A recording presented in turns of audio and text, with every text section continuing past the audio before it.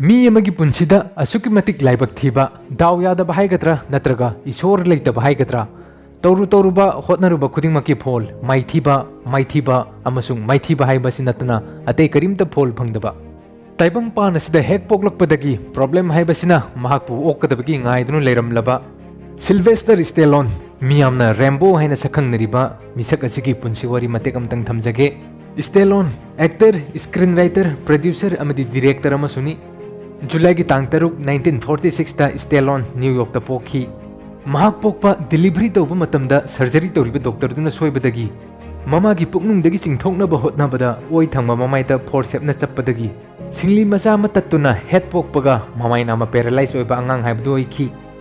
हुजिकसु मयामना मुन्नेंगबा मतमदा महाकी ममाइ नाकननी सि खितंग खेनना दुम उबनी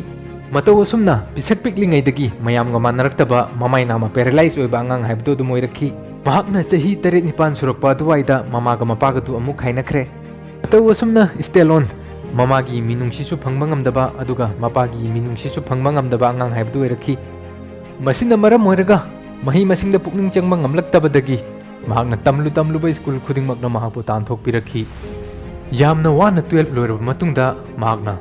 graduation gi damakta University of Miami da admission tawki degree loidringai marakta mahakna film londo onsilage acting tawba horage na chap yungna khanduna lairik tamba thatok lamlaga New York City da mu halaki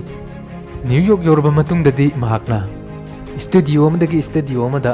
director amadagi director amagi mayumda koi chatpa horakhi kanana su mangonda interest lobi khidi inthi nuaina pambi khidi kaina thangdadi mahakna koi chattuna amada mu haijabadagi role macha masu amani di phangki hairiba role singdudadi masana masabu screen da ningthina ujab phawok phangjakhide madunadi mahaki punsida karisu kana ba phanglamdi मधुदगी दिमाना script इबसु होकी माना खनकी करिगुम्बा acting लोमदा माइ थीबा तारगसु script लोमदा माइ पाकबा याय script सु अदु मंगाइरे director अमतना महाकना इबे script तु पाम्बी खिदि मधुदगी महाकी वाखलोंदगी एक्टिंग हाइबसे खितंग लापथोरपदौना तौखी मतमना सुमपुरपना मसागी चही 19 सुबा मतमदा स्टेलोन युबान पुंसीदा खोंदाखी मसा मतोमदा हिंगबदा वारंबा स्टेलोन मयु मकई पानबदगी हेना वाब पुंसी महिंग हाइबदो अमुक ओइरखी चानब लेरक्तबदगी नुपीगी सना फावब हुरानना योंथोकपा होरखी नोमदा चाक चरा अनि चाब ngamdabagi फिबमदा लाखी माना यामना लुना तोजब हुई मखक लेरमी मदुगी मचिनजाक फावब लेब ngamdabadagi $50 दा तोप नुपामदा योंथोकलमी मतौ असुमना महाकी पुंसी यामना खम थेंगना वाब पुंसी हाइबदो ओइरक्लमी नोंगमा महाकी ममानबा मना मंगोंदा एडल फिल्म दा नुपा खरगी दरकार ओई हैना पाउ पिरकलमी स्टेलोना वाफम मदुबु यामना मुन्ना खनखी मागी ममांगदा सुपनगी ऑप्शन अनि खक्तंग Laramie अहानबदा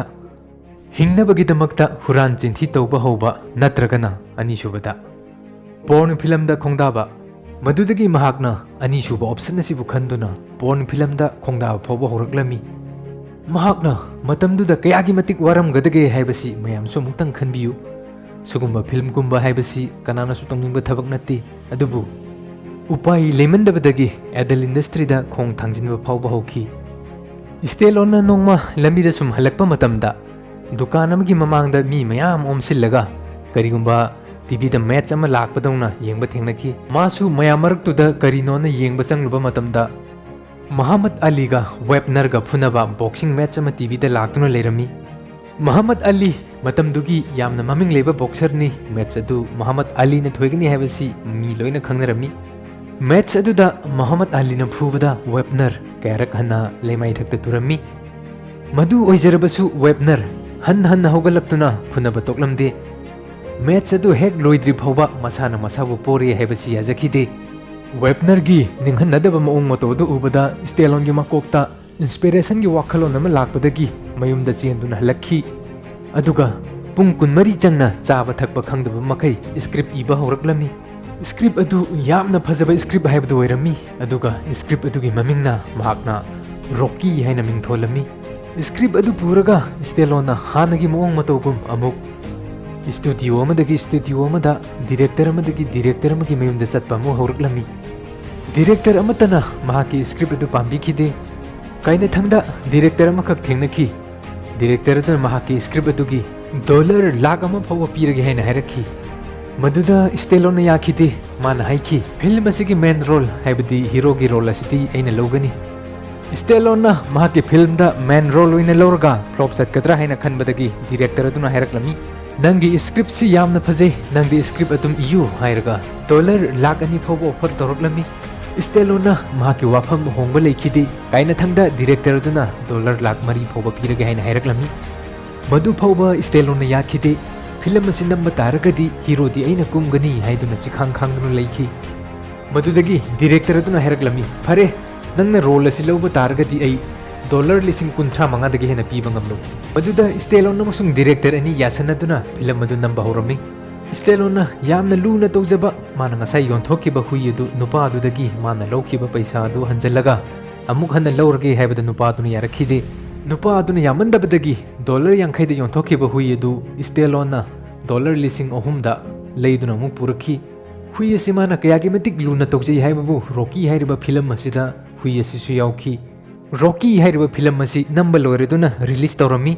film asi yamna phajaba amadi miyamna yamna pamnaba oinakhi film asina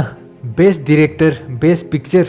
amadi best film editing na singba Oscar gi award kaya thoiki aduga Stallone buna best actor gi nominee chanba ngamki karisu leramdaba Stallone ahing amada zero dagi hero erakpaga chap manakhi madugi matung Stallone amuk hanna ninghanna batawdana mathang Rocky series amadi Rambo series puthoki masida sunatana mahaki ate atopa panbe aba movie singi marakta Creed Escape Plan The Expendable amadi Rocky Balboa na singba movie kya puthoktuna miyamna thoidok hendokna sakhangneraba actor haiba moirakhi Stallone mahaki punsida ahumlak luhongki aduga mahaki punsida phangkhiba award singdi Golden Globe Award Critic Choice Movie Award People Choice Award Glory to the Filmmaker Award and Lifetime Achievement Award pituna ikai kumnaba utkhi masini Sylvester Stallone gi punsi wari miyamna wari sibu nungai biragadi like share amadi comment tawba kaubiganu ngasi gi damaktadi pumnamakpu khurumjari